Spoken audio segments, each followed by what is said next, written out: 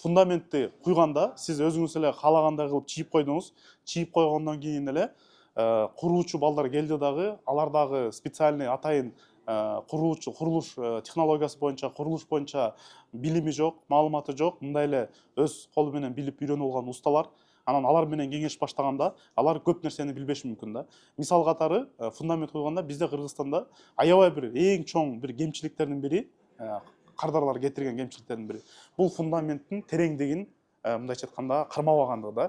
Алгандайынча бизде көбүнчө акчаны үнөмдөгөндө келгенде ошол фундаменттин тереңдигинен үнөмдөп башташат да. Мисал катары менин жериме 40 сантиметр эле куюп койсок болот, же 30 эле сантиметр куюп койсок болот депчи. Бирок бул түздөн түз эртеңки күнү үйдүн толук кандуу бекемдигине, жер титирөөгө бекемдигине жана ошондой эле кышкы жазгы периоддо жер деген мындайча айтканда өзүнүн формасын өзгөртөт да. Ошол учурда өтө чоң сиздин үйүңүзгө мындайча айтканда кооптук жагынан чоң маселе жаратышы мүмкүн да. Ошол себептен фундамент куюп атканда сиз архитектор менен кеңешип алсаңыз, архитектор сизге ошол регионго, климатка, географияга жараша жердин астына канча кириш керек экенин сизге так аныктап бере алат да.